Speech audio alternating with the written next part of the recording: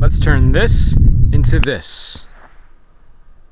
Today is the first beautiful weather day of the year. It's late April, it's finally sunny and warm, it's almost 80 degrees today. I'm gonna take this pile of pipes and fittings behind me and hopefully transform it into something that drains our wastewater for years to come. The first step is to take a look at my plans and transfer two critical walls, the two walls that form the inside of my utility room, into real life here using string. The reason I need to represent these walls are because my main plumbing run is going to be underneath one of them and the other one is going to have my electric panel mounted onto it. So I need to make sure this electric conduit will come up in the correct location. So after the masons that built that block wall behind me left last weekend, I was cleaning up around the site and noticed that they dropped one of these, they left it behind.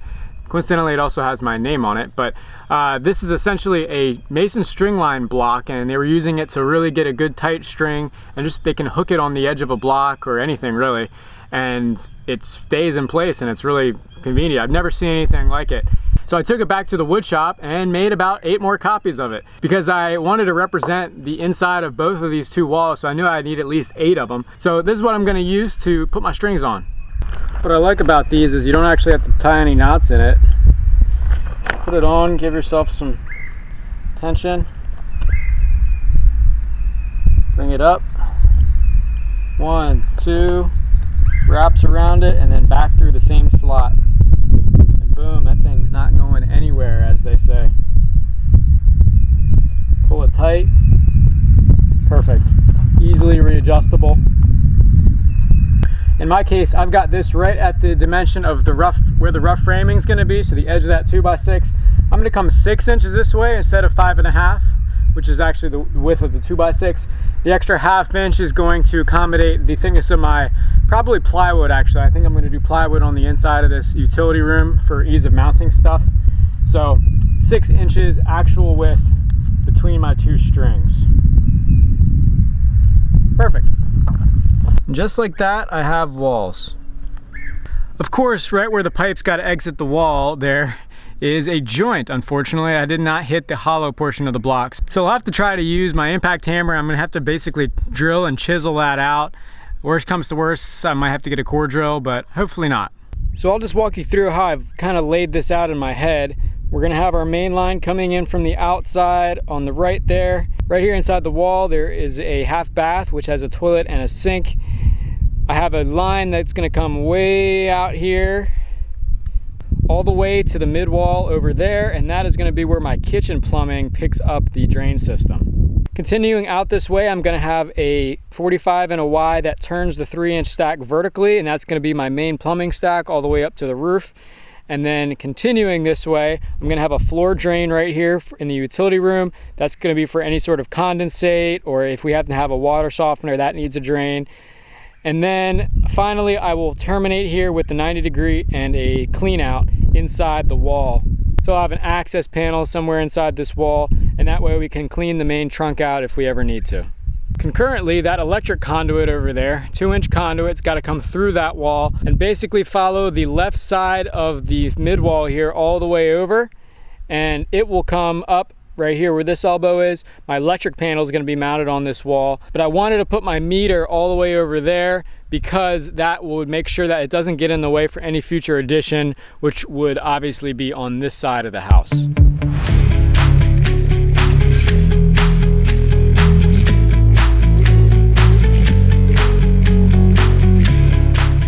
And by the magic of film cuts, I have my trench in the sort of approximate location. It's not perfect yet, but I'm gonna go ahead and start cutting this PVC.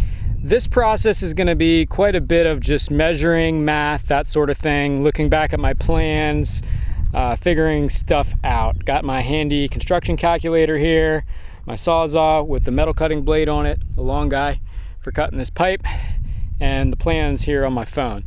So for example, I got to accommodate for the width of my wall here. I want to go about 14 inches outside the wall too. There's going to be a clean out right there. And so I'm going to cut this first section here. Right on the inside of the wall, like I said, is a toilet. And I'm going to be putting this 45 in Y, according to my plan here anyway. It's got the center of this pipe's got to be 23.5 inches away from the outside edge of my wall here. That's the number I figured out to give myself the minimum code required distance of 15 inches from the edge of the finished wall here, and then a little bit extra. I think I have like 17 there right now, but I'm gonna have to accommodate for the size of this fitting here and adjust my pipe accordingly when I make that first cut.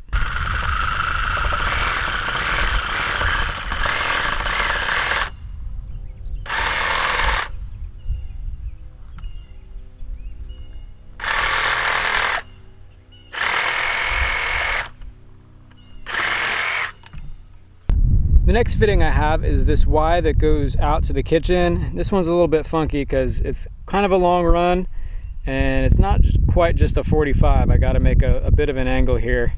So I'm just kind of laying this out as it sits, and I will use just sort of transfer marks to get these lengths right.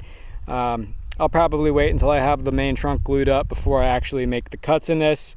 And I'm gonna have to couple, this is longer than 10 foot over here, so I'm gonna have to couple two pieces anyway, and then I guess you forgot to buy the straight coupler. The next thing I wanna focus on is punching the hole in the wall here. It's getting annoying not being able to stick my pipe through there. So I have this nice little torpedo level here, and when it's level, that right bubble is in the center, and my left bubble is just barely touching the line on the left side there. Those lines are 1/8 of an inch increments, and basically as I drop this, it changes. So my 1/4 inch per foot slope is actually, that right bubble's right edge is going to be lined up with the center line. So that's actually 1/4 inch per foot slope. There's level, there's the right slope. It's not much of a difference, but it makes a big difference when you go to flush the toilet, that's for sure. And one other note, it's important not to slope it way too much. If this pipe was like this, the liquids in the pipe would probably outrun the solids, and it would actually lead to a pipe getting clogged. So that seems a little bit kind of counterintuitive, but you don't want your liquids in your pipe outrunning your solids.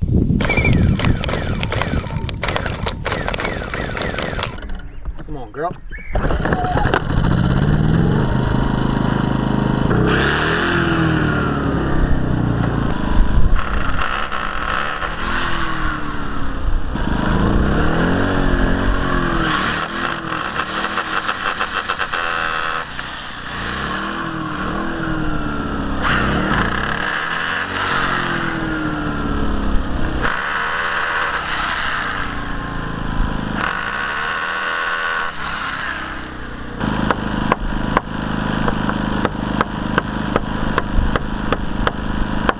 All right, even though I had to go through a web, that actually turned out to be much easier than I thought it was gonna be. The hammer drill was key. I could not have done it without that tool, which I bought for our farmhouse window well install like 2 years ago, and it really paid off having that thing. The drill just went right through this block, and then I could just chisel everything out and chisel the web out. Super easy overall.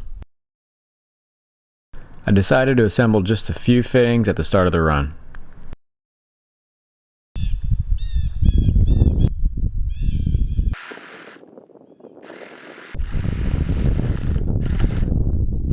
I like deburring the insides and outsides of the pipes before I assemble them. Just goes together a lot easier with a little chamfer on the sharp edges. I'm just using a basic deburring handle. I think I got it on Amazon.